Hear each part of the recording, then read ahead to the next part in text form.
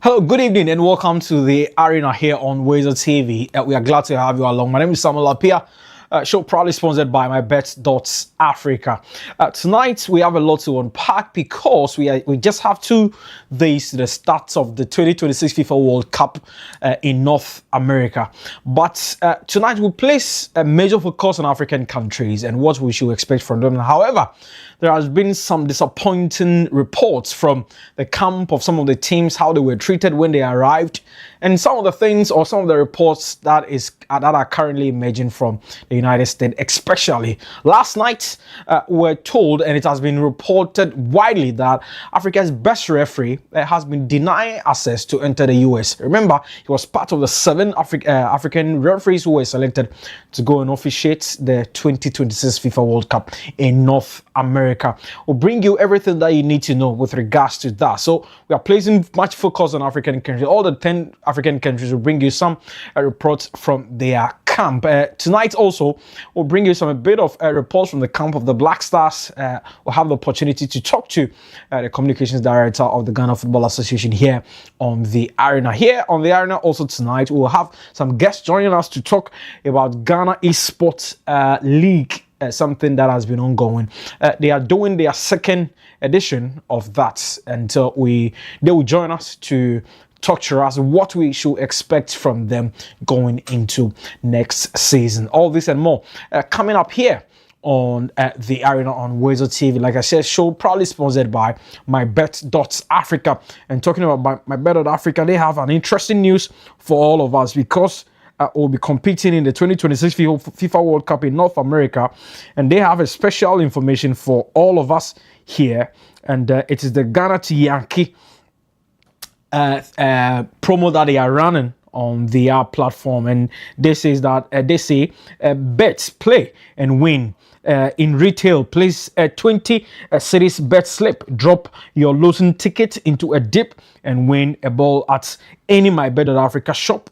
And win Black Stars jerseys, My Bet.Africa jerseys, and wristbands instantly. Online, accumulate 1,000 cities of football slips or 2,000 cities in casino games weekly to qualify for the weekly draws featuring Black Stars jerseys, My Bet.Africa jerseys, and 50 cities free bets.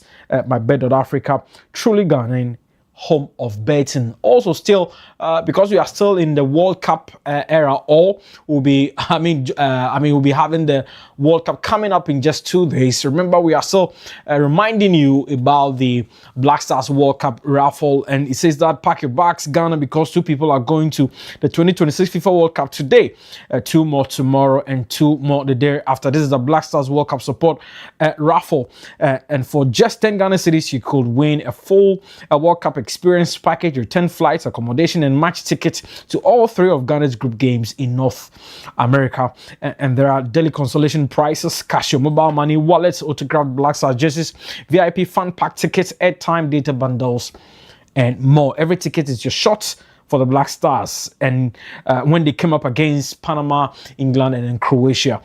To participate, just dial *899# on MTN Telecel, and then Airtel Tigo. Just 10 cedis per ticket. The more you buy, the better your chances. 2 winners every day, Ghana to the world. To participate, once again, just dial *899# or visit ghworldcupraffle.com to join that one as well. Once again, my name is Ekow Appiah. Let's take a quick spin. We'll be back, and then we'll begin our conversation with the Ghana Esports League officials, and we just have a quick conversation with them, and then we zoom straight to our conversation tonight, where we place much focus on African teams and what you expect and all the reports that have been making rounds since last night. We also place a special focus on the Black Stars as well. All this and more coming up. Stay with us.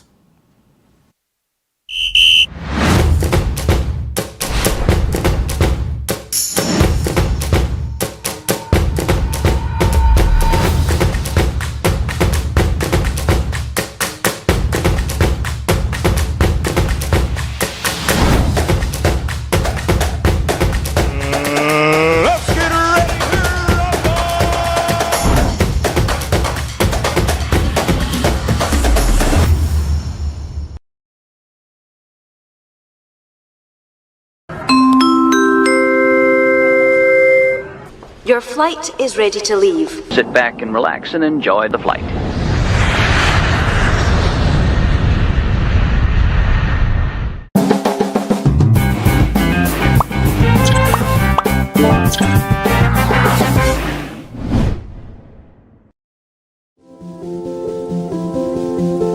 If you're watching this with your friends, you'll probably make a joke. Because you know what you feel on the inside Isn't what you want people to know. If you have to pretend to be happy, find someone you trust and tell them. If you get mad at things and you don't know why, or have thoughts about hurting yourself, Find someone you trust and tell them. you are never alone when you share. seriously, people care about you. It's okay to not understand what you're feeling. And it's easy to think that you're all alone. But you don't have to be. You're never alone when you share. Don't be ashamed to tell someone you trust what you're feeling. You're not alone. You are not alone. Find someone you trust and tell them. Tell a parent. Tell a teacher. Tell a brother or sister. Or just tell a friend. You haven't done anything wrong. Talk to someone. Talk to someone. It's how things get better.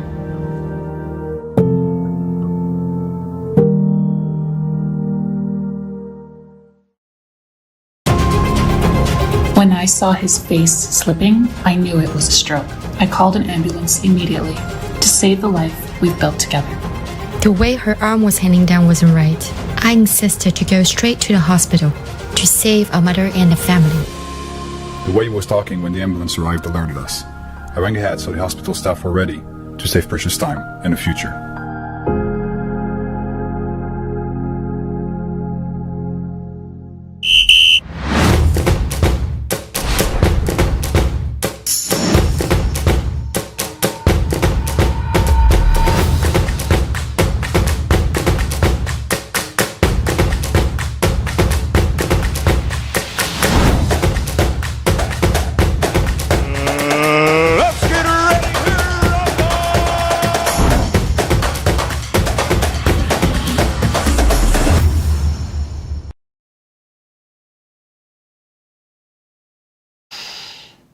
Hi, welcome back. You're still watching the Arena here on WoezorTV, and my name is Ekow Amoasi, and like I said, we'll begin our conversation with the Ghana esports officials to bring to our attention what they are doing.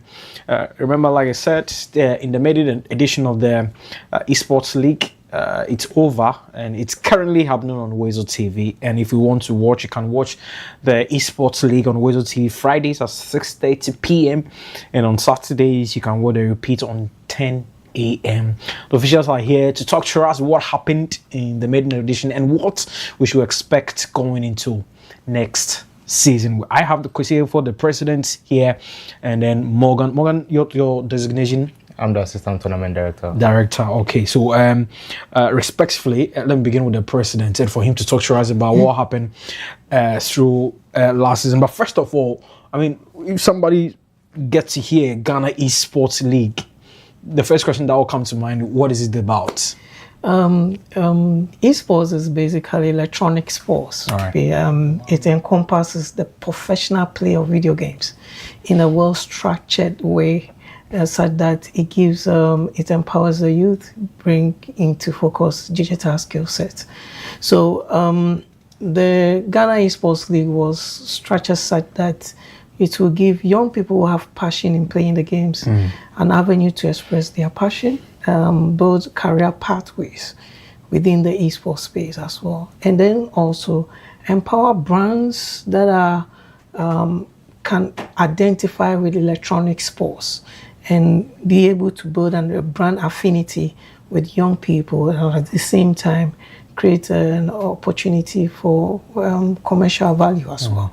So the Esports League was a way to bring both the private sector, the players or the community that plays, and also for us as institutional a champion in esports, and also to bring into focus the relevance of esports to the government. Right. I mean, he spoke about the relevance. I mean, can you throw more light on that? I mean, in terms of the relevance, I mean, he spoke about the relevance to government and all that. I mean, what are some of the relevance when it comes to esports? Okay, so we live in a community whereby a lot of the youth are looking for alternative career paths. Right. And esports is one of the industries that has like a really low barrier to entry, whereby with just a device like a mobile phone, a console, or a PC, you can start your career. And the reason why I love esports personally is because it's one of the industries that empowers you personally to be able to earn for yourself, not having to like depend on the structures in place, maybe seeking for a job from a government body or even the private sectors to be able to earn. So with esports, you can go into being a competitive player, whereby you can compete in leagues. You can also go into content creation and other aspects of the industry, which gives you the power to earn for yourself. So with governments actually empowering the community and making the industry huge over here, it helps them in a way that it creates a lot of jobs, a lot of opportunities, and also reduces the pressure on the government. Interesting. I mean, how was the reception for last season? So how was it? Take us through. I mean, the reception, the participation, and some of the highlights and the low points as well. Well, I mean, when we announced the league, we had 16 teams. Right. These are professional esports teams. Those 16 teams, were they only in Accra or from other No, other we regions? had for us in Ghana, our major concentration of esports athletes based in Accra and Kumasi. Right. So we had, I think, 2 teams from Kumasi. I think Modern Row, and then there's this other new team. The 2 teams from Kumasi also joined in, and they were paired like 2v2 kind of players. So 16 teams, meaning 32 players. Right. And the fact that all these teams were able to come together to a venue to come and play their matches is interesting. And most of the time when we are thinking about we think about just playing the games, but it is more than that. I mean, you could.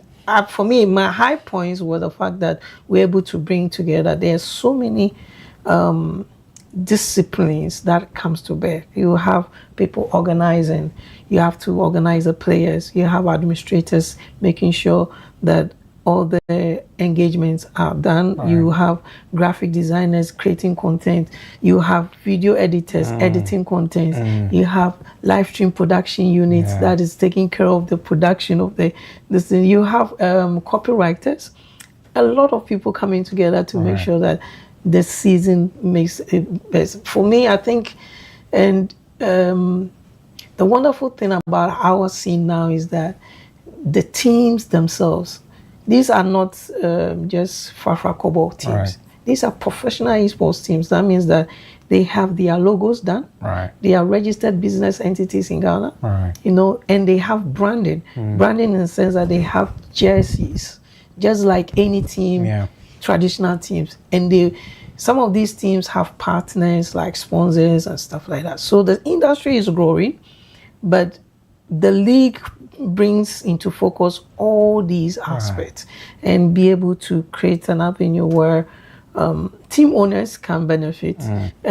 Also, brands who wish to come into the space can see visible pillars or visible structures where they can empower the youth. I mean, still with you. I mean, can you just take us through some of the high points of last season? I'll let him address some of the areas that he thinks that they can improve going into next season. But I mean, some of the high points, some of the highlights that for me, the high point will be the new discoveries, the young discoveries. That I mean, we've always have great gamers in the communities, right? But when the league started and the play styles, you find new young bloods. It was, I think, it's the league that we discovered.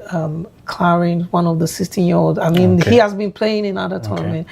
Sergio, some great names that are coming into focus. Montana from Canvic, all these other great players that are discovering. It's just like discovering Semenyo, Kudis, playing in the esports space. We have all these talents, and for me, the high point in discovering these talents. Right. I mean, talk to me about some of the things that you think you can improve going into next season, because I'm not I'm not sure whether some of the mistakes you would want to just move that same mistake, that same loopholes going into next. I'm sure there are some areas that you would want to improve going into next season. I mean, he has spoken about some of the high points. What are some of the low points that you think you would have to improve going into next season? Personally, I would say one of the things that we intend on improving on when it comes to outreach and also how we are able to like get to the players and everything. A lot of players, or let's say a lot of people in Ghana know about gaming, but they don't know about organized competition when it comes to gaming, which is esports. So we want to increase our efforts when it comes to marketing and also creating awareness around the tournaments and everything, being able to reach people in more regions, more areas. Because at the moment, we've not been able to really hit a lot of players in the nation. So a lot of people are not aware of these kinds of opportunities. So we want to like increase our efforts to be able to reach more players, discover more players, and bring them into the community and give them a pathway to the global stages. So that's one of the things we really want to work on this year. So I would like to add to it that, I mean, and even being here is one of the main focus. I think that he spoke about that, but organization-wise, I think that season one was the foundation for us to see how we can build upon that. There were so many, I would say, inconsistencies or organization stuff that wasn't there, and it was also because, I mean, when you don't have money, you just have to be able to do things in a way. But season two is going to be more organized and structured very well. All right. I mean, per the statement that I went through, the second edition will start on July 4. And I mean, before we are in June, so it means that kicks off next month. Okay, so I mean, talk to us about second season. And then again, somebody will ask, I mean, who is even eligible? And it just starts next month. Are they more of like qualifiers? People will have to come and compete again to be, I mean, the final slots, because we'll also try and see if you can talk to me about if there are some prizes and awards that. But next season is just here July 4. I mean, who is even eligible? There are 16 teams last in the maiden edition or in the first season. Are you looking for more people to join going into next season? Yes. Actually, the structure of the season is well done, so that it has kind of 3 divisions. It mimics the traditional football style of division, but we have open circuit, then we have pro league, then we have elite league. Definitely skill and competence come into play with each level. Elite league is like kind of our premium, like the topmost. Yes, and the 16 teams from the preseason, the season 1, 10 is being promoted to elite. Then that 6 of that team will be in the pro. What we actually had was pro season, pro league. Then pro league with 6 teams, right? Then we have the open circuit. Open circuit is like the open league. That one, anybody, anywhere, you think you are best in the game, come and compete. And we're looking for 40 slots. That 40 slots will be drilled down to 20. And then eventually that 20 will be drilled down to 12. That 12 will be promoted to the pro league. What happens there is that the pro league and the elite league are team-based.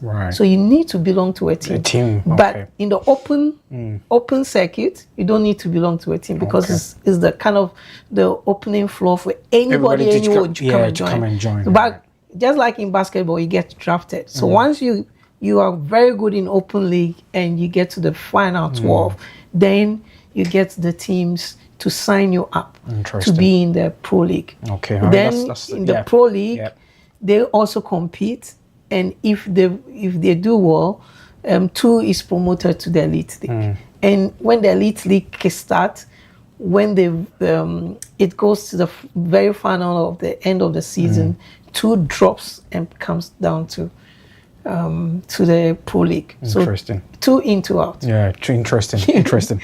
I mean, we'll wrap up very, very, very soon. But I mean, what he has explained to us the procedures in getting the teams to compete. But I mean, next season is just here, or the second edition is just here. What should we expect from you guys going into next season? I would say you should expect a lot of action, a lot of excitement, and a lot of good organization. We put a lot of measures in place to ensure that the players have the best time possible, have the best gear to compete on and everything. And we also want to be able to provide a lot of value for the players through giving them prizes to compete for. So with the Pro League, we have a prize pool of 10,000 cedis that the top 7 players will be earning from. And with the Open League, we have a prize pool of 5,000 cedis. And with the Elite League, we have a prize pool of 15,000 cedis. And we also have intentions of being able to increase that prizes as time goes on. So we would also be engaging with more stakeholders and even engaging in like a crowdfunding campaign whereby people can donate to whichever aspects of the league that they want to see their prizes increase. Interesting. Are there age categories or it's open for everyone? Oh no, there are age categories. I mean, for Pro League is kickstart from 16. Yes. Definitely 16 is the benchmark. Taking a thrashing in the first half and it's not looking good at all. Wow. What a spectacular performance this is. Survivor. So what we're doing is that if we discover a player who is very good, we need to have a signed consent with the parent for him to be part of the league. All right. So they have it if you're interested. But where can we find you? Any address, any contact points? Yes. So that anybody watching and is interested can reach out to you. Of course. I mean, our social media handles are the best way to get us. Is Pro League or PEL League on all the social media handles. So PEL League. Okay. Yeah. On TikTok, on X, and then on IG as well. But if you can also send league@ghanaesports.com. Okay. All right. So there you have it. The Ghana, esports officials talking to us. Remember, the first edition is over, but still it's ongoing on WoezorTV, and you can watch that on Fridays at 6:30 p.m. on Saturdays at 10 a.m. And so make a date for next season because it's going to be interesting. So Morgan, thank you very much, Kwesi. Thank you very much, and we wish you all the best for next season. Thank you very much. Right. So we'll take a quick break. We'll be back. The guys will join me, and then we'll zoom straight to our conversation. Still with us.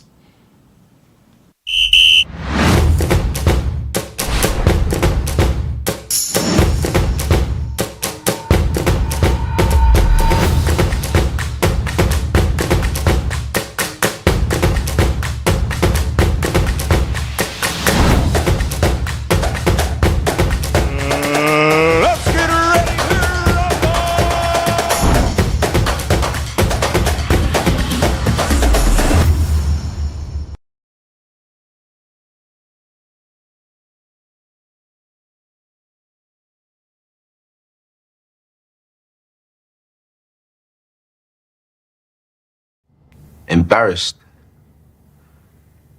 Too embarrassed to speak to a loved one. Too embarrassed to speak to your doctor. Too embarrassed. When in our lifetime, 1 in 4 black men will be diagnosed with prostate cancer. 1 in 12 black men will die from prostate cancer. Let me repeat that. 1 in 4 black men will be diagnosed with prostate cancer. 1 in 12 black men will die from prostate cancer disease. 1 in 12. That could be your dad, even your older brother, uncle, or grandfather. You need to make sure they are not embarrassed to speak to you or their doctor about it. Hey, Dad, have you had your prostate checked out? See? How hard is that? It's easy. Just start the conversation. Prostate cancer is survivable if caught and treated early enough. Don't let embarrassment stop you having this important conversation. You may save someone's life. Not just your own. Only a father can understand. Only a husband can understand. Only a man can understand. Prostate cancer. It's about more than fear of cancer. It's about fear of losing urinary control and sexual function. That's why more men turn to Jackson South for robotic surgery than anywhere else in South Florida. Get the facts at jacksonprostatefacts.org. Miracles made daily.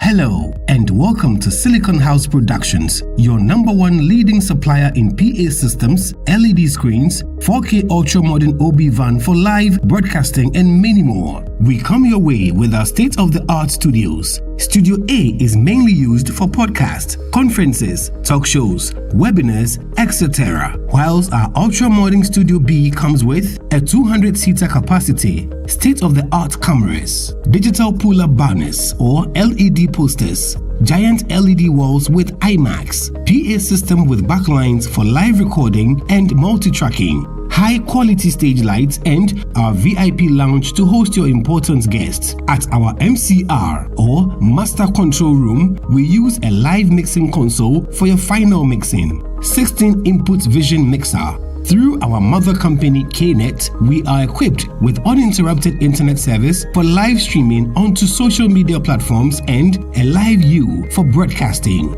We have a conducive atmosphere, clean washrooms and dressing rooms. So, if you are looking for a serene environment where all your creative ideas will be transformed into a technical reality, then choose Silicon House Productions. Okay, next one. Sit down. Look to camera.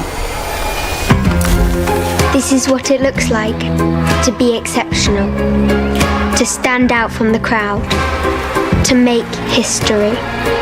But what if women didn't have to be exceptional? What if they didn't have to be the first, the best, or the only woman? What if being a female engineer wasn't remarkable? What if women and men could compete as equals?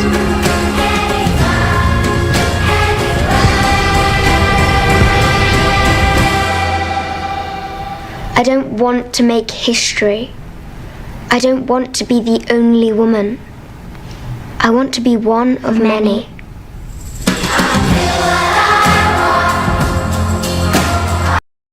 Gentlemen.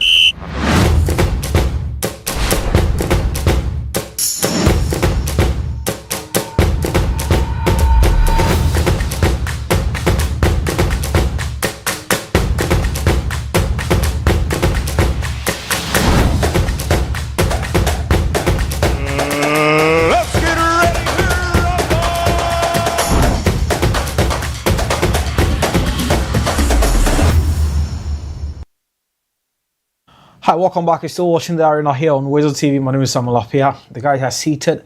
Before I introduce them, remember the Ghana Yankee promo is ongoing by My Bet.Africa, who are our proud sponsors. And it says that bet, play, and win in retail. Plays a 20 Ghana Cedis bet slip. Drop your losing ticket into a dip and win a ball at any My Bet.Africa shop and win Black Stars jerseys, My Bet.Africa jerseys, and wristbands instantly.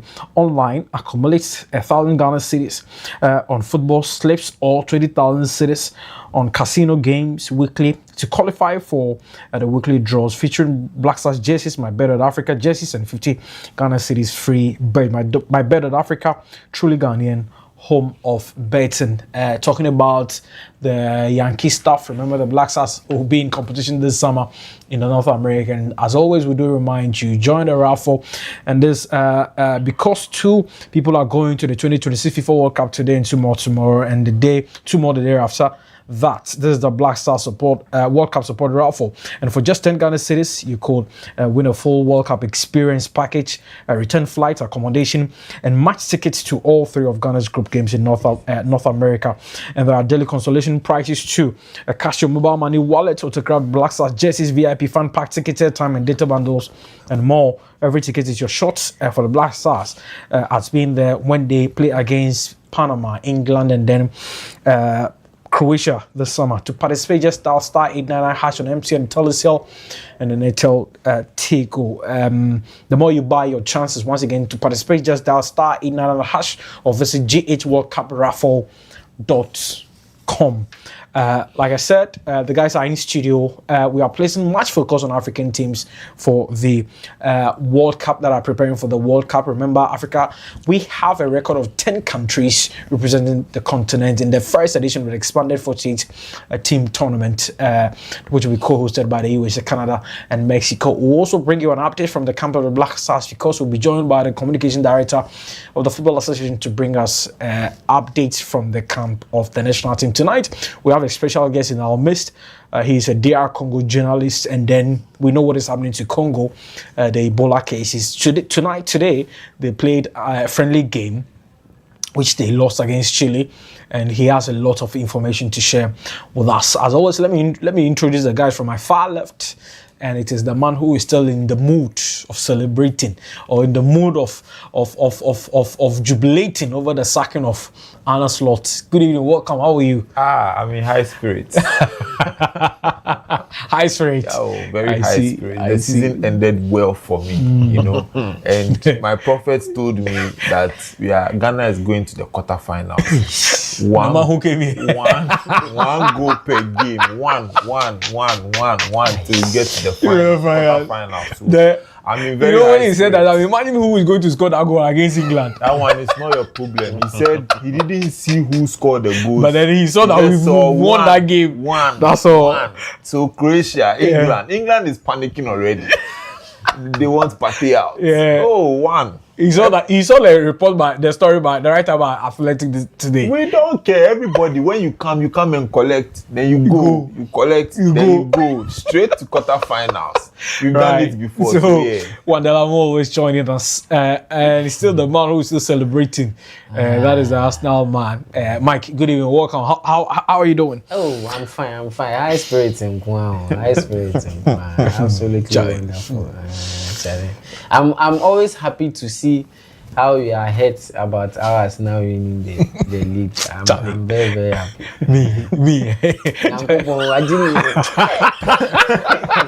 Okay, make chow with Jeffries. If I bring bottle next week. Is it a team? Right. So Michael is joining us on the program here on the air, and like I said, our special guest is joining us tonight, and he's a Congolese journalist, and he give us some updates and share some things from the camp of Congo. He's Isaac. Isaac, good evening, welcome. Good evening, how are you? I'm fine. Yeah, and it's good to have you. Thank you. On behind closed doors, myself and you've been doing a lot of things together, but first time coming here. I mean, I don't know, but how are you feeling?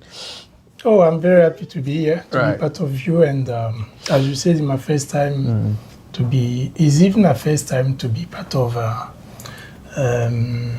team like this since I'm here in Ghana. So I'm very happy. Right. So Isaac joining us, he has a lot of information to share when it comes to DRC. Remember, they are also returning to the World Cup for the first time after 52 years. But guys, that's what I want us to go. We know what has been happening. We saw the footage of Senegal when they arrived and how they had to go through the challenges. I would want us to focus on Omar Attan's situation. We'll bring you some details on that. But I mean, first of all, starting with you, I mean, Wandel, what you make of the situation for the African countries, especially because there is a viral video of where Spain were treated when they landed and how Senegal had to go through such, not even at the immigration point, but then at where the plane landed, and then they will say some anglers will see some things were seized.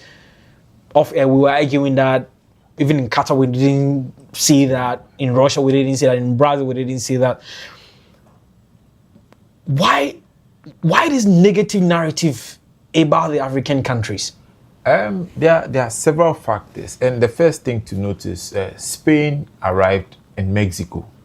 Right. You get it, and Mexico, throughout this tough period, is showing us that they have prepared to host the world for the World Cup, and you see how they welcome the various countries that are arriving, and the country is buzzing with the whole World Cup mood. You move to their big brothers, the US, and the first challenge, especially Africans are facing, has to do with our our visa issues. And it just happens that where we find ourselves, most African countries are already on the US's visa restriction lists, and that is what is translating directly into the refusals that we are seeing. And it's quite unfortunate because you have the FIFA president tell us when the draw was done back somewhere last year that visa restrictions was never going to be a problem. And if we are to hold him to his words, especially for the countries that have qualified. Exactly. If we are to hold him to his words, I think he has failed woefully. And what's even sickening is that in all of this, we still are not getting any FIFA communique that shows that that even apologizes to the various countries that have gone through that treatment to say, okay, this is the way forward. We are working on so and so. All we keep on seeing is the deafening silence of Infantino and his organization, whilst the US continues to be very hostile to players and training staff that are coming in. You even look at some of the training facilities that countries have been allocated, and most of them are very uncomfortable with it. A keynote to the Switzerland national team where you have a training facility and the changing room is not actually a room, it's a tent. Like the tents we use for funerals. So are we expecting these players to change themselves in the open? And you have their gym also right in the tent. And we've spoken over and over about the heat conditions in the US. Are we going to expose these players to these heat conditions? As you can see on the screen. And the whole area that is marked. So if you're watching us, the area that has been more of like indicated red, that is the snake area. And you see, for a facility as this, there's no even wall to create the barrier between the outside and this. This is dangerous for players that have put their summer on the line to make sure that the World Cup goes on. And I mean, I don't think the US has really prioritized this World Cup as they would have prioritized if it were the NFL or the NBA finals. And it's very sad to see that. All right, Mike, there's another thing that I want you to address for me. Prior to the tournament or prior to teams arriving, we've seen FIFA come under severe pressure. No bottles at the stadia. FIFA rescinded their decision.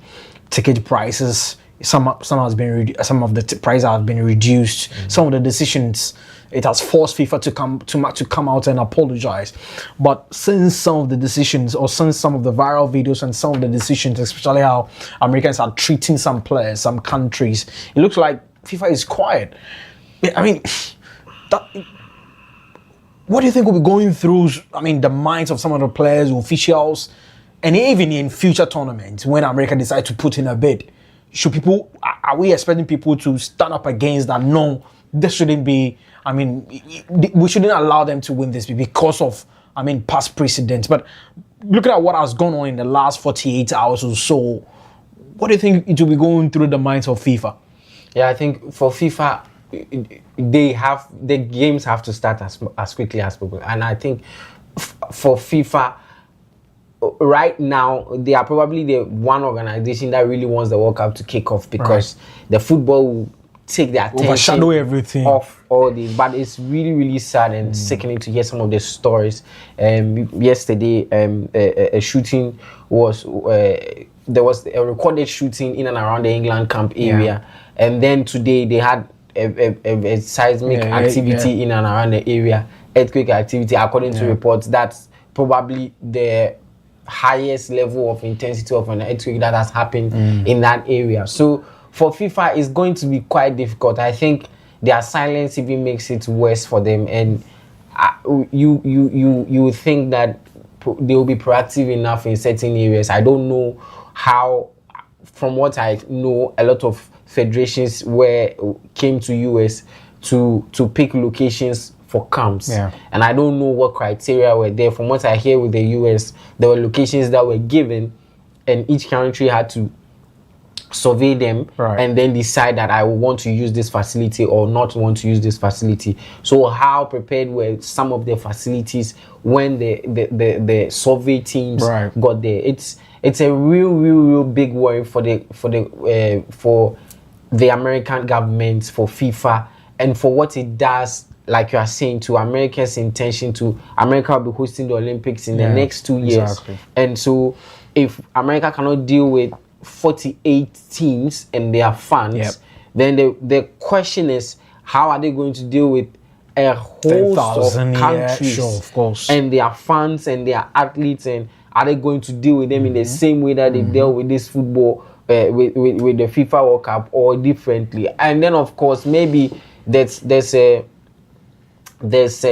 an inkling about how America wants to treat certain players, certain races, if I should say, and certain people who are on a side of a war that they did not even begin or are not even part of it. So it's quite sad to see some of their stories. And then you look at organizational arrangements, because if you are telling me that the food tickets allocation for Iranian supporters have been withdrawn, when you could easily reschedule, like we were saying last time, you could easily reschedule Iranian matches to Mexico and Canada. We will speak about the referee in a bit and how I feel about that situation, but it's making the organization look a little bit red-faced, and that's not good for them. Right. So, I mean, Michael believes that, I mean, it's whatever is going on, it's not good for FIFA, and in FIFA's own wish, they would have wished that the tournament is kicking off even tomorrow, even though it kicks off on Thursday, 7 p.m. Isaac, I think it's very good to have you here, because DRC found themselves in a very, very disturbing situation. Yes. All the players, they wanted the players back in DRC, give them a proper sending off, because after the playoffs that they won against Jamaica, the players were not back. Of course, some of them came there for the parade and all that, but they wanted to have all of them to give them a proper sending off. And then the Ebola broke out, and then they were not able to come to DRC to assemble it for the sending off. Then FIFA, the US, issued a statement that if DRC will have to be in there, they'll have to be quarantined for 21 days, which will really disturb them. And so they had to stop by that plan, move to Spain, train behind closed doors, and then move to France. And today they played a game which they lost. I mean, take us through all this back and forth. One, how has the federation been able to manage all these things? And from the camp of the players and or from the team, what is going through their minds? Because they are yet to get to, the US, because they play their final game today. Hopefully tomorrow they jet off too. Yes. So what is the arrangement? What is the plan? What has been the narrative surrounding the team? All right, thank you. What you have to know about this sickness called Ebola is that Ebola is, as we know, in the eastern part of Congo. So that town called North Kivu and South Kivu. Usually, if the Ebola, the sickness comes, it's only on that particular area of Congo. So it's about, I can say, 2,000 kilometers from Kinshasa. Okay. The players would have gone in Kinshasa. Okay. So there's no any sickness in Kinshasa. Okay. And there is no risk of contamination in Kinshasa. So when the statement of US have been published, so the federation decided to keep all the players in Europe, as all of them are playing in Europe. Right. Because our team, there's no local player who has been called for. I think the only player has to do with Fiston Mayele, but he was in Egypt. He was playing for Pyramids of Egypt, so he did not go back in Congo before the squad was published. So the federation has been able to convince FIFA that our players would not get back in Congo. So that condition to be isolated, please, and for like 21 days it has been cancelled. So it was not possible. So the preparation of the team would have been very tough for them to be able to be ready to make the tournament like they expected. So now the issue is about the staff members, that because some of them were in Congo. Okay. When they published that statement, some of them, like the goalkeeper coach, Robert Kijaba, I think you know him, the former goalkeeper of Mazembe. He was in Congo at that moment, and it has been very difficult for him to join the team in Belgium, where the team has started the preparation. So when he joins the team, he has been taken away from the team for some days, and then they realize that there's no sickness, no virus, no risk of contamination to others. So all the staff members and the players are together, and the today's game that has been played against Chile would have been played in Spain. Right, sure. And the authorities refused to host the game because of Ebola, even though the federation and our sport minister explained everything about the sickness. There's no one in the team who is contaminated and who is sick, who can contaminate someone, but they could not understand. And then the game have been relocated in France. So they have played today. And God willing, tomorrow they will jet off to the US. They will get off to okay, so I think it's a very good thing because none of the players, came into contact with. But talking about the officials, is it only the goalkeepers trainer, or there were some members also back at home? There were some there were some members of the staff, and all of them have been put away of the team before they joined the team. So now everything is okay, and they will be traveling with the team tomorrow. Okay, talk to us. If the team arrives in the US, and you listen to what Wandel said and Michael said, are you expecting them to go through severe checks, just like what the Senegalese went through? I think our control will be more serious. Will be the most serious for players because of all the things that have been said about the Congolese team. So we are ready I think the team and the players are psychologically ready to go through all those the processes. The process. But I think this situation has affected the team. Even the tournament has not started yet, but I'm sure it has affected the team, and it helps now to the staff and the coach to manage it very well. As the first game is coming, it will be against Portugal. You know, Portugal is one of the greatest team in the greatest teams in this World Cup. So as we are going to play against Portugal, the players have to be ready.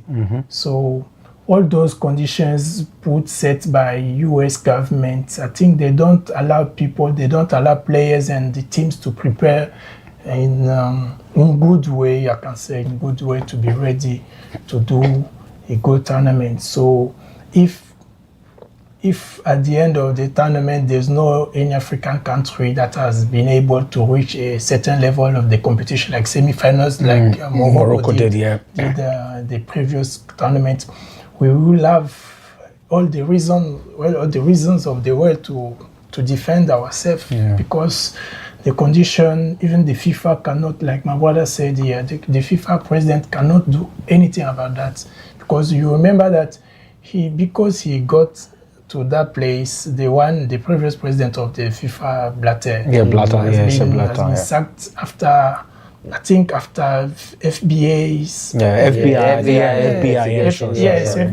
and I think he's one of the preferred person to Americans. So he's like he has something to give to American people. So he's powerless. He cannot do anything now. And even about the referee, you have seen what he said. We'll talk about that. It's about political reasons. We cannot do anything. But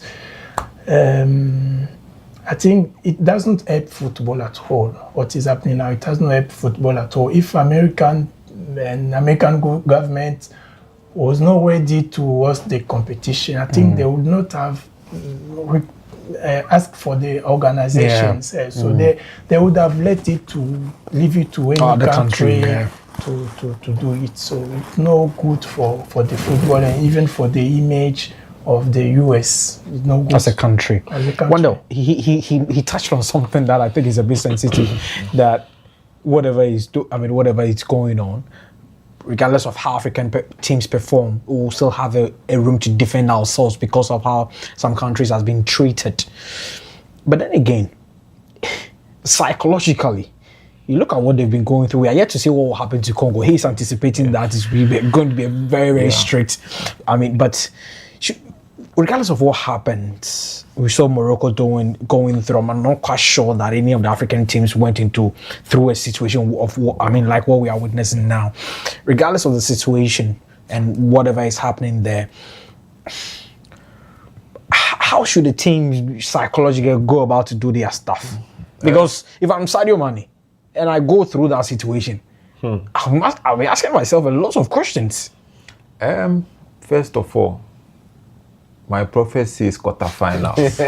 So we don't have any explanations to give after. Please, let me put that on the table. Make it very clear. My prophecy is quarterfinals. That's fine, don't worry. One goal project. But then again, you look at Africa or Africans as we are. By this time, I think the players should have developed a thick skin for things like this. Because leaving your motherland to play in Europe, most times very deep places in Europe, these are things that they are forced to live with on a daily, not even on the government scale. Even in their various communities in England, you go to places like Poland and you have certain these kind of discriminations and abuse of black people. Up until 5 years ago, we were doing Black Lives Matter. Yeah, sure. And players were forced to do that. You could even see from some of the white players, they weren't really interested in it. So it just shows you that this type of segregation has been something that we have been forced to live with.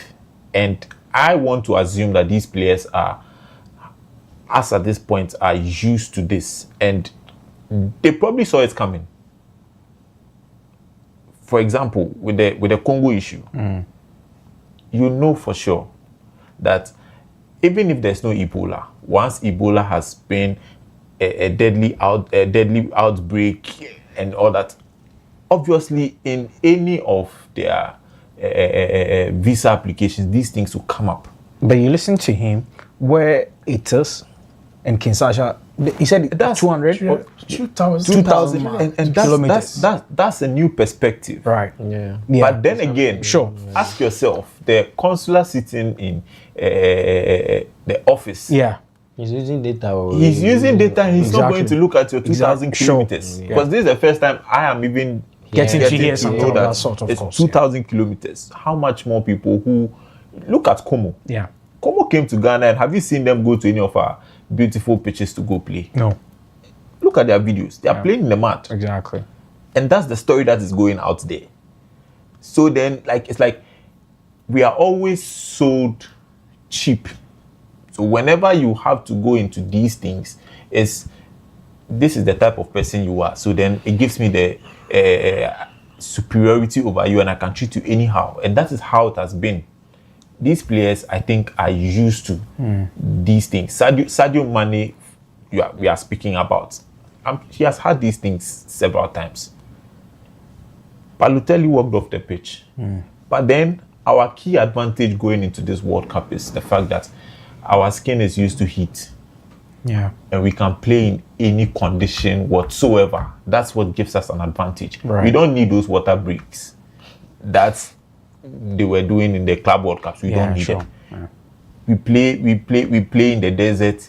We play in very tough conditions. So, I mean, that is our key advantage. Right. But at this point in time, the players should have been used to this. And everybody knew this was Okay, was Mike. coming. I mean, we'll talk about our town situation, but I think yesterday I was here with Wandel and we're discussing a situation where one of the mayors has come out to criticize some of the country's own decisions, and then today when the referee's decision cropped up, Ian Wright come out and criticize FIFA, criticize the American country. Do you think that going forward, maybe the American authorities will be like, listen, football is inclusive. We put in a bid and then we won. So everybody coming here, we must welcome them. Do you think going forward, of course, we have 2 days to kick off the tournament. Do you think that we can expect some few changes? I mean, the American country is going to soften their stance on some of the decision. If you know America well, I don't think there's going to be any softening.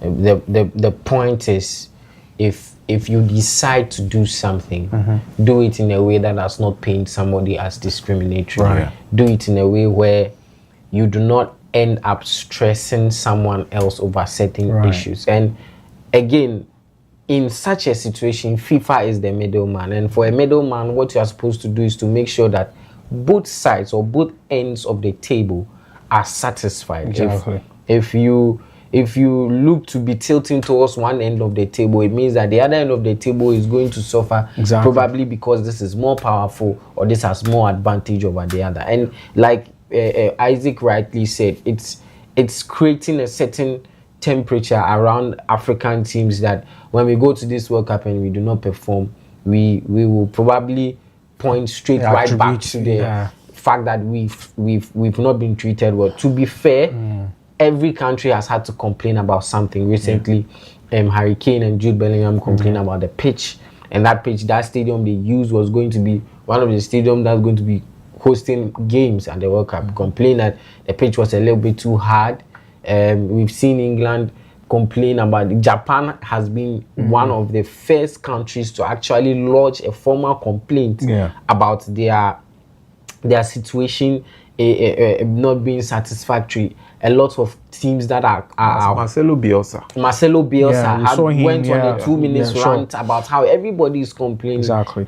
Today, we've also heard that the Black Stars has also shifted camp from where they are now to be training, or I don't know whether it's the whole camp or where they are training facilities. We'll touch on it. It's just the whole camp. It's the whole camp. So do you know what it means for a country whose entourage probably has 40 plus people to move camp from one side or from one place to another? It means that the facilities there are very, very, very, very poor. And it begs to ask the question that then going forward, what role did FIFA play in how comfortable these our teams should be? And it's sad, but yeah, that's where we are.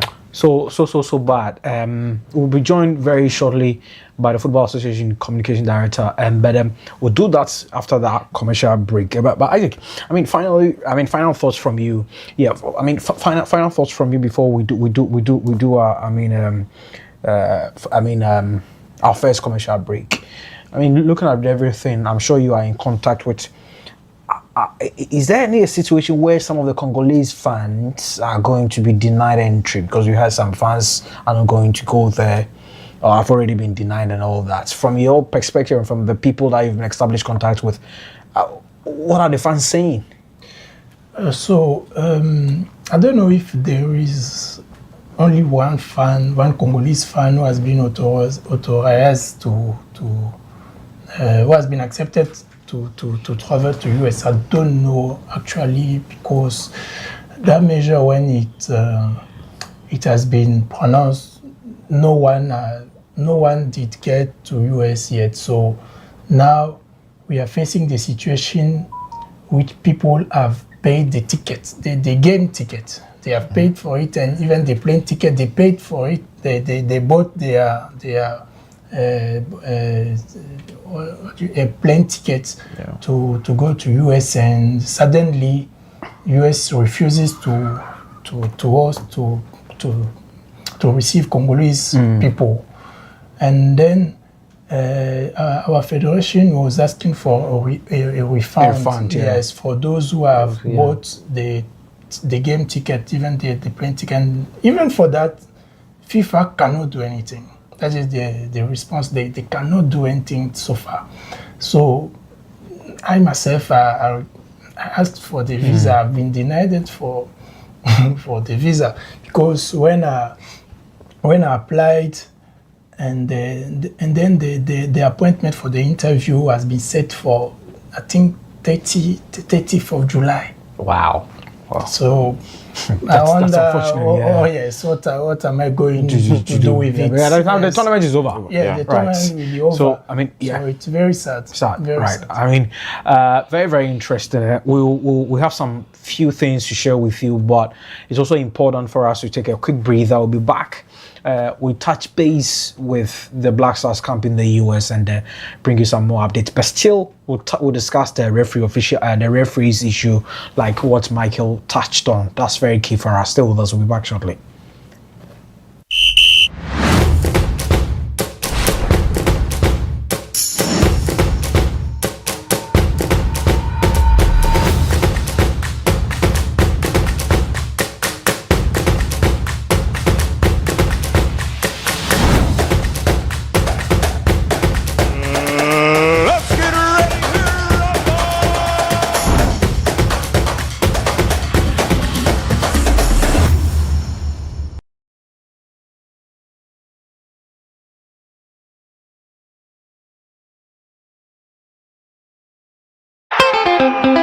Esan se men tutu mama mrase na men pese mama mra be yirenti mi di biara Ghana na me num biara so Ghana se ba no afa hye ne apuntuo biara se dia me di dem ho adiara ne officer bites na huso dedi wo de obehwie biara mu occasion biara ya mamre dedi wo mu no de e kire yensu ewo afa hye eye ni apuntuo ase de obetime de officer bites asom wo hoho unumu a ekoyo Officer Bites made in Ghana. So open a dudu to our first Stepos Enterprise hometrunfo iso. Officer Bites ye guy. Officer Bites be a guy wate. Numna nyanse mu won ton manipa wondi mfie du wotwe. Ensasa apemfo ne abata wo mankoda no fo enumbie. Nnum ensan fan kaka. FDA aje dwede nkrato ya tum.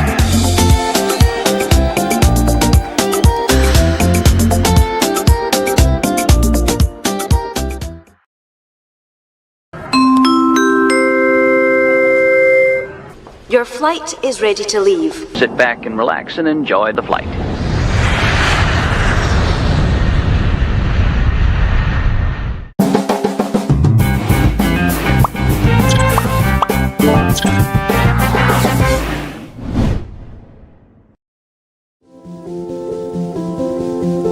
If you're watching this with your friends, you'll probably make a joke. Because you know what you feel on the inside isn't what you want people to know. If you have to pretend to be happy, find someone you trust and tell them.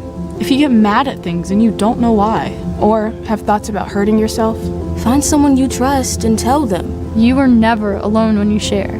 Seriously, people care about you. It's okay to not understand what you're feeling. And it's easy to think that you're all alone. But you don't have to be. You're never alone when you share. Don't be ashamed to tell someone you trust what you're feeling. You're not alone. You are not alone. Find someone you trust and tell them. Tell a parent. Tell a teacher. Tell a brother or sister. Or just tell a friend.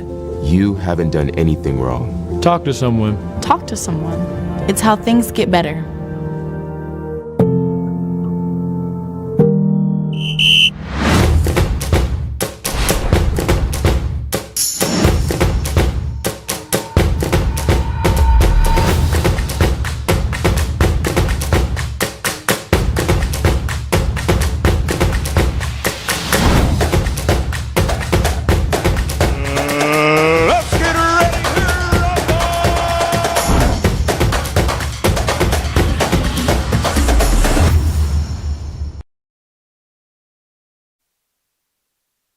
Hi, welcome back. You're still watching Darren here on WoezorTV, and I'm in studio with Wendell, Michael, and Isaac just gone by. We still focusing on the African countries and what we should expect from them going into the 23rd edition of the FIFA 2026 World Cup. But still remember, we are reminding you of the Black Stars World Cup raffle, and it's time because 2 people are going to America, 2 people today, tomorrow, and the day after that. This is the Black Stars World Cup support raffle. For just 10 Ghana cedis, you could win a full trip, return flight, accommodation, and match tickets to watch all of Ghana's 3 group games in North America.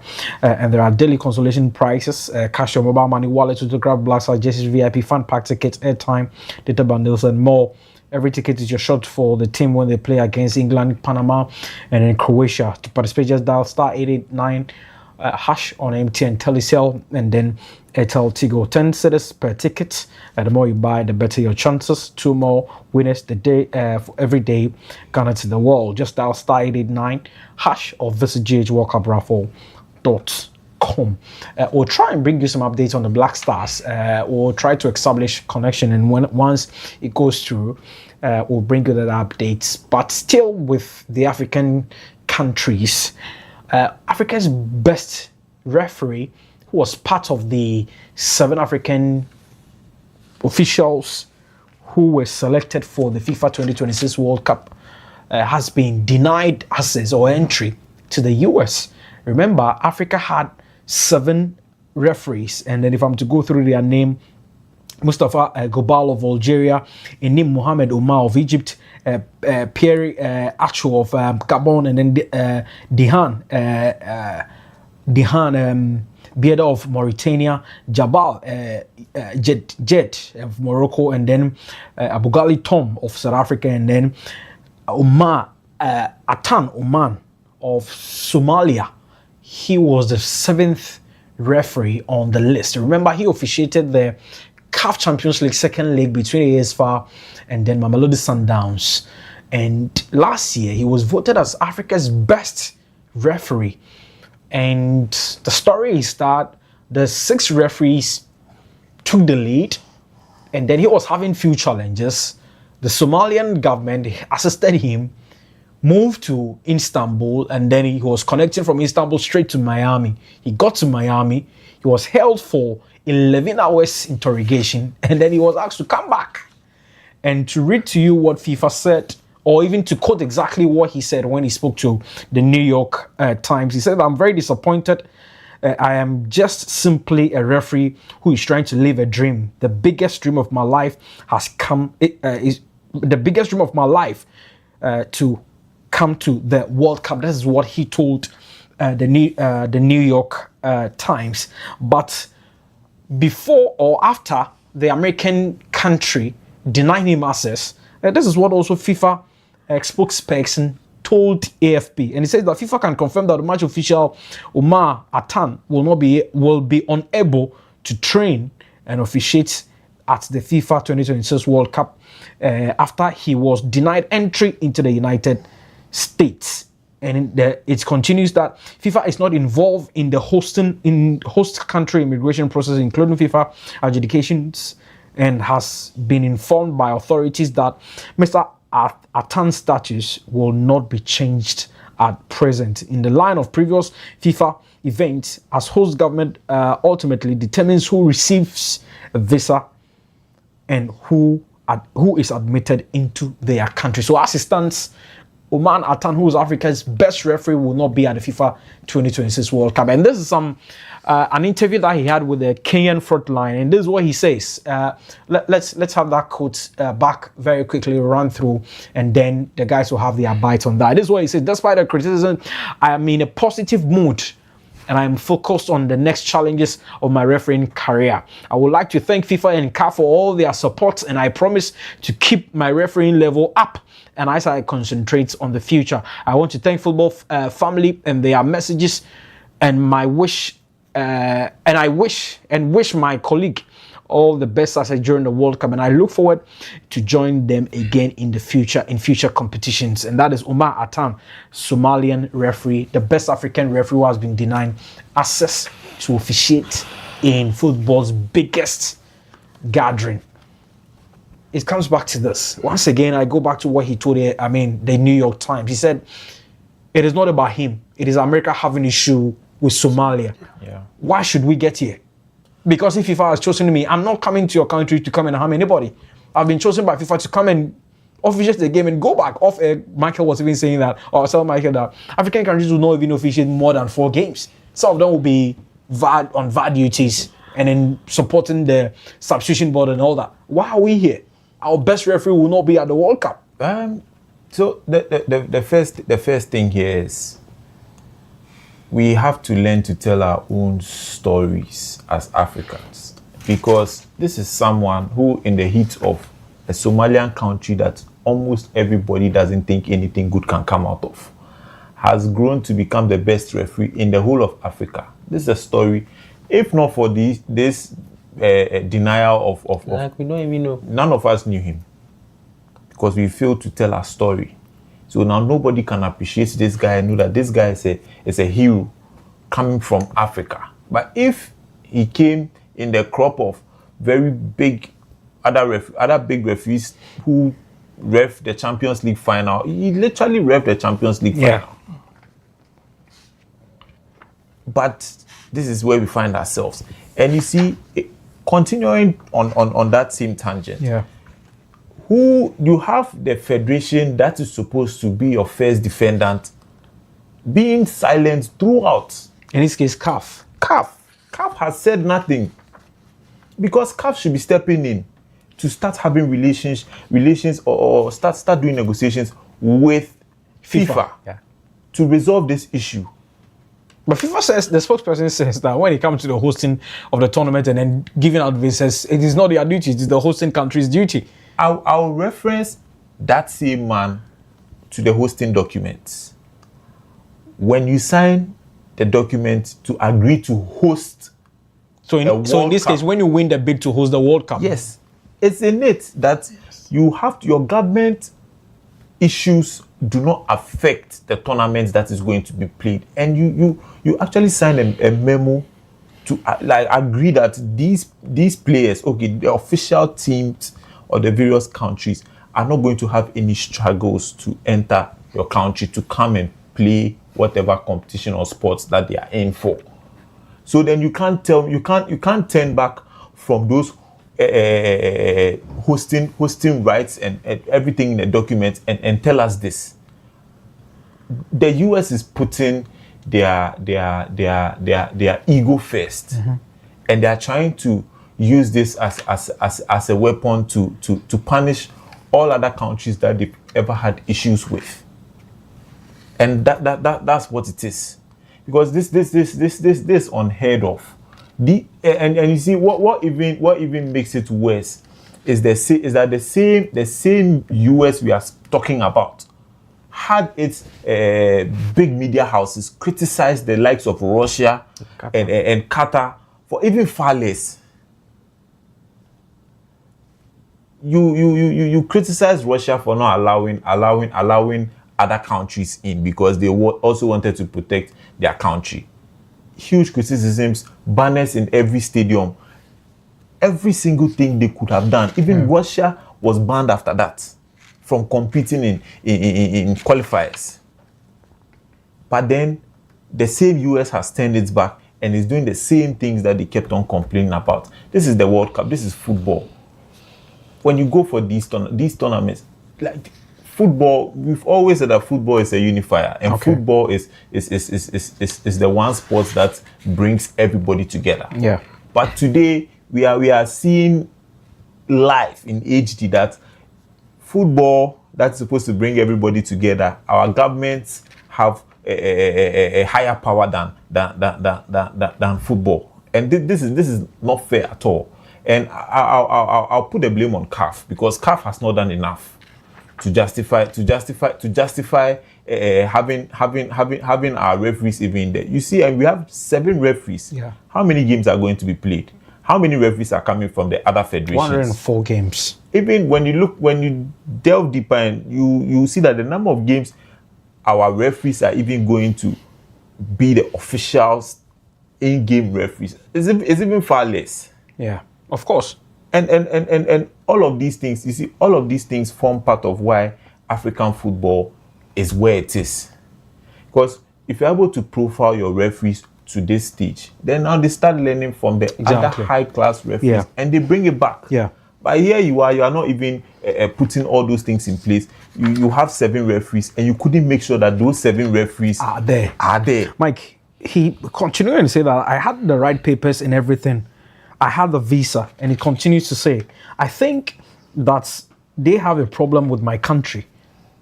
If a country is having issue, or countries are having their issues, I don't think it should affect me to the extent that the Somalian country give him a diplomatic passport just to ease his traveling arrangement, to the extent that the US authorities will say, no, we don't want you here.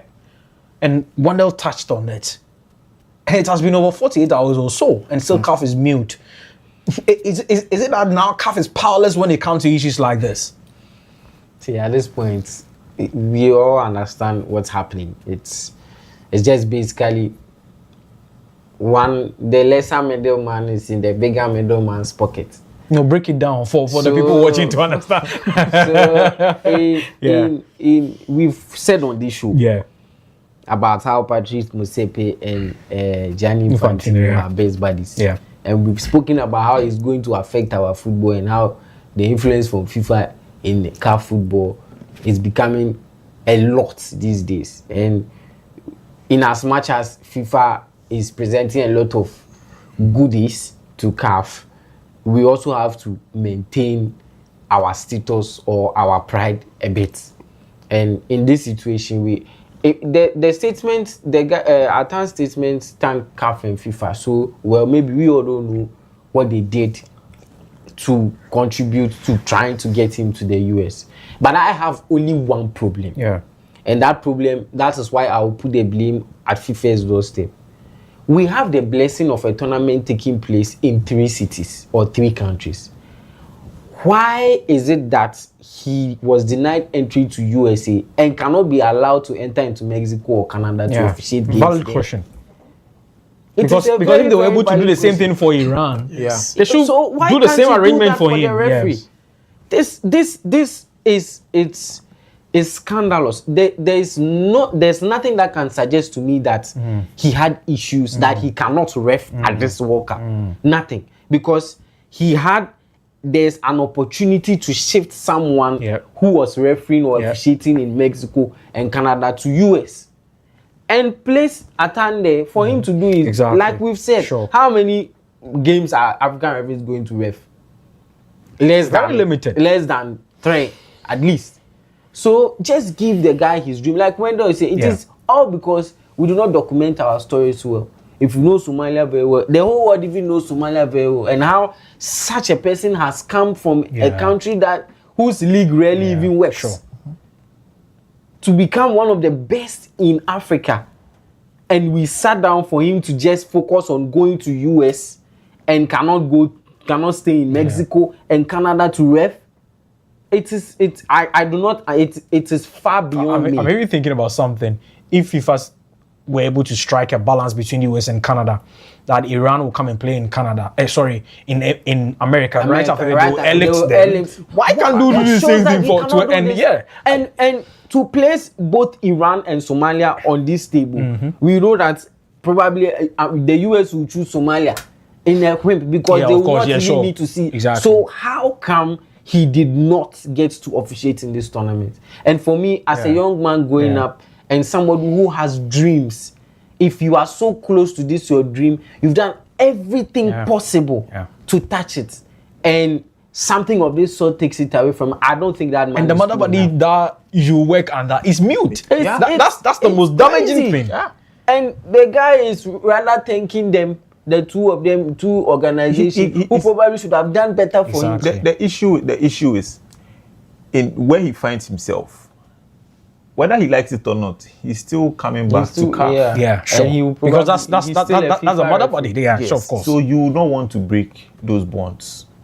And also, if you want to get your FIFA badge, you go through CAF and then he gives you your badge. You just want to just keep it cool, but there are 2 very obvious solutions on this game. It's either you move him to Canada. One has already been concluded, which will be tested in the next few weeks. So you could use that one. Exactly. Or use the one that is not tested by just letting him stay in Mexico or Canada. Simple like that. It's very simple. How a very young referee, now heading to his 30s, he experienced this. He's currently our best referee on the continent. Psychological, what do you think will be happening to him? Because like what Michael said, that is the dream of every referee, to officiate at the apex of world football. Yeah. European referees are aiming to officiate in the Champions League. Yeah. Some of them go into the Conference League and they don't like it, but then they have to do it anyway. But their biggest dream is officiating in the Champions League. When it comes to world football, every referee wants to be at the World Cup. The best referee is not going to psychologically. Very young referee, of course, he has so many years ahead of him, but this point, it's very. You think it's going to be very tough for him, right? Yes, but like my brothers explained everything here, I think the main mistake comes from CAF, because years ago we have seen our CAF president, very close to Gianni Infantino. So I think this relationship would have helped Africa to settle this kind of matter, to this kind of issues. I think we should not have this kind of issues, since Infantino is all the time in Africa. He used to come here for, I think, almost in every competition he's here, close to Africa. Yeah. He was in Morocco. I've seen him to the CAF Champions League final. So he's everywhere in Africa. Why it has been impossible? I don't know how this situation was impossible to manage for FIFA and his president. For the Mr. how his name? Omar Atan. He should be very disappointed about the situation, and as he said, the way is still long, and he has to wait for his turn. But I don't think the situation is like impossible to be solved. I don't think, since we have 3 countries and he can go for another country and do his job. If FIFA does not react to this situation, then we'll say he's like part of the game. He's like part of the game. He knows, the FIFA and his community know what is happening, and they know maybe they want to replace him by another referee from the country that is close to the US. US. So all those things become very embarrassing for us. Even we may understand for fans, for supporters that want to go to US, not for referees, players, staff members. That one we cannot understand. We cannot allow a country do all those things. No, it is not normal. So where is the respect of the game, the respect to the actors, because the game is there, the competition is there for players, for fans, and for referees too. Sure. So a referee is like a CAF member, is like a FIFA member. He's not a player. And even it comes to that conflict, that situation that could not allow Mr. Atan to reach US. You will see that there's no conflict between US and Somalia. There's no conflict. It's just because of the war that is. I don't know if it has ended or not, but just because of the war. So someone comes from the country where there is a ongoing war. You cannot allow him to enter, to access your country. I think this is a high level of discrimination. It's ununderstandable. In all of this, the International Press Association is even doing more. Yeah, exactly. For journalists who and country presses who are not getting the chance to enter. They're even doing more than somebody who is affiliated to the tournament.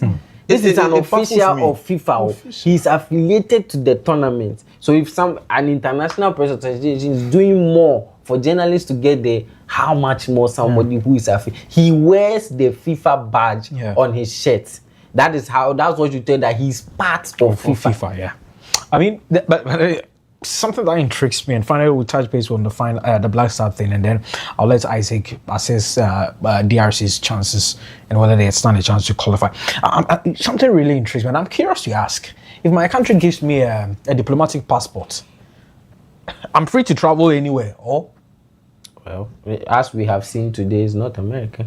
It doesn't work like that. You have to apply for the visa, and even US system is like, even you get your visa here from Ghana, once you get to US, someone else has to check. But the point is, if you check the European referees, those in Europe, especially, okay, typically let me use England for example, those selected referees from they all move together. Yeah.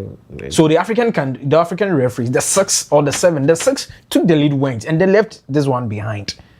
And because of the challenges that he was going through, the Somalian government came together and gave him the diplomatic passport. And then he flew all the way to Istanbul and connected. He got there, and what baffles me is that he got there and no official of FIFA or CAF was able to even intercede for him. And for him to be held hostage for 11 hours, just asking him questions. Come on, I'm just here to official game and then go back to my. Why all these questions? It's sad. I mean, just like what the guy said, we've never seen this before, and like what one else said, even in Russia, where when the place seemed to be chaotic, we never experienced this. I think this is really, really disappointing. But I mean, finally, we are on the verge of wrapping up. I don't know. We're trying to get in touch with the spokesperson for the Ghana Football Association, but I don't know what really the situation is. But guys, I have my own issues. I've discussed it with you. I'll run you through very quick, very quick. My issue has to do with the preparation, and like what Michael touched on. Now we are told that the team has moved from their camping base that was given to them, and you know the reason why, because it's open and students are seeing how they are training and all that. Michael has his own issue with that you can still train there and then go on the pitch and go and win your game. But the point here has to do with I just want to give you some few numbers, and then in 2006, making our maiden appearance at the World Cup, we played 3 friendly games, 3. We played against Turkey, Jamaica, and South Africa. 2010, we played to Netherlands, Latvia. 2014, we played Netherlands, South Korea. 2022, we played Brazil, Nicaragua, Switzerland. 2026, we just played 1. We're told that it was going to be Jamaica. Jamaica didn't appear because they competed in the Unity Cup, and then they had to go back. And when they arrived in US, they were hoping to play against Honduras, but then I was telling Wendell something yesterday when we're together that Honduras feels that they are tired because most of the countries have played against them, those that arrived in USL. And so, I mean, just one game. Kiro says that the plan is to qualify for the knockout phase. Of course, football is sometimes funny. But you look at these games playing against Wales, I think that another game would have given us a fair idea of how the starting 11 is going to be. But just one game. I'm coming to say it again. Boga, behave yourself. You heard what the sports minister said? He said we use David's Goliath that he used to kill David's stone that he used to kill Goliath. And you see, if for all the tournaments that we perform, what's our project? 1 goal project. Yeah, of course, yeah. One quarter final. Then we can come and do Jama. Then again, if you look at, I mean, we cannot. It's subjective. When you talk about the whole friendly thing, it's very subjective, because maybe one friendly is probably enough for him to know who his starting 11 is, and it's not like the friendly games will actually change anything. They are still training, doing training on the training ground, so he still gets to see the players for who they are, and I'm sure by now he's made up his mind as to who is starting and all. Whether we get that friendly or not. I mean, for now, Henry confirmed yesterday that we are not going to play in the game. And that's fine, because looking at where we've come from in terms of our preparation, we had to sack our coach 3 months to the time. We sacked him after he had got to play 2 friendlies. all those were windows of opportunities we could have used in preparing for this. And then you go further back, and we didn't play in the AFCON. So all other countries who played in the AFCON are more prepared than us. And most of them have not even sacked their coaches, except I think Morocco. Yeah. Yes. So our preparation has been chaotic, and that is how it will end up, because sometimes the coaches also have inputs into the type of friendlies we play. We play, because he wants to test one or two things, and our coach didn't come early. So it's quite subjective. You can play 4 or 5 friendlies before, and then you still go and collect. Yeah, that's football. Yes, that's football. But let's think about it this way. The unpredictability that you have because you've played only one friendly. There's nothing much opponents can get apart from clips from the Wales friendly. And for an opponent, that is really, really, really dangerous, a big headache. Because you then do not know what team is going to turn up for you in the game that he faces you. So against Panama, it's probably a blessing. For me, I think it's a blessing more than maybe something that's bad, because when you play the way we played against Wales, all you need is a few tweaks. And you do not know, as a Panamanian analyst, I don't know where the tweak is going to come from. And I don't know what kind of strength that the Black Star team has taken from that game, and what kind of weakness that we are correcting from that game. So I think it's a blessing for us, a very, very good blessing. And I think with the coach that we have, he's probably, like Wendell said, he's probably looking at the situation where all the friendlies available do not suit what he wants to do. So then now let's focus on ourselves, train, have an understanding of what we are going to do, and then we can go and hit the ground running. Interesting. We are on the verge of wrapping up our conversation here for tonight's edition of the Arena. But before we do our Investors Corner, I mean, final words from you. But the question here, you are in Group Group K. Yes. Portugal, Colombia, and then Uzbekistan. I mean, what are your chances? You fancy going beyond the group phase? Because your opener is against Portugal. Yes, I think that one we lose it. I know I cannot predict what will happen, but what I see and what I've seen today when our team was playing, I'm not confident at all. Mostly because of our attack, we cannot score goal from our strikers. And all the last goals. Mbuku is my favorite player. Which one? Mbuku. My favorite, not Nael. My favorite player is Mutusami. And then Theo Bongonda. But I think he's right with it, because they've had their strikers have been injured over. Johan Wissa is injured for some months, and they do not really have an out-and-out striker. One person that has dropped in form. Cedric Bakambu too. One person that has dropped in form that I'm surprised has to do with Maele, because he was on fire for Pyramids when they won the CAF Championship. And since then, he has not been the same again. He's not in form. So the team is like that. By chance, we can get out the group stage by chance. I say by chance. So after that, I don't know what will happen. I mean, then you need to target beating Uzbekistan. Why didn't you include Mayulu? Mayulu. No, he did not. He was not. He's not ready. fit. He's not fit, I think. No, Mayulu. PSG. His transfer wasn't ready, right? No. He's still playing for PSG. He won the Champions League.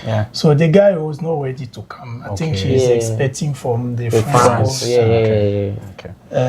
So Congo is our first time to go there since 1974. So we don't have any we don't have great ambitions to say we are going there to reach the. But now that semi-finals. Best third place teams can make it through. Target Uzbekistan, get some more goals, and then Uzbekistan was that is the last game. So you see, we have to play Portugal, Colombia, and Uzbekistan. It's the last game. Just don't lose to Colombia. Hopefully. And do the business against Uzbekistan, and you are through. Right. So Isaac believes that by chance maybe DRC will be able to make it to the knockout phase. Let's bring you our investors corner, and the guy will probably have the official and can leave the studio. Okay, so remember the World Cup kicks off on Thursday, but the teams will wrap up their preparations tomorrow, because tomorrow is the final day. Okay, Argentina will come up against Iceland, and we are saying that win for Argentina. Portugal, they will take on Nigeria. We are saying home win for Portugal, and then England, Costa Rica, Ghana opposition. So group focus on England. Germany will take on Curacao. Okay, we are saying that. Okay, so that is Germany, right? So that is World Cup. All right. So Germany, Curacao. So open up Brazil, Morocco, a big game over 1.5. Spain against Cape Verde. Home win for Spain. Netherlands against Japan. A win for Netherlands, and the USA against Paraguay, and a win for USA. So those are the games that we have for you on our Investors Corner. Let's bring you our booking code. And this is our booking code D8ZY. D8ZY. D8ZY. Pick up this booking code. Head to My Bet at Africa and use it, and you can make some very, very good money. Remember, this is where you can make some money. Charlie, take the booking code, head to My Bet at Africa, and then you can make some very cool cash. Well, thank you very much. We'll be back tomorrow here for the final episode of the Football Wave, where we'll conclude all the groups.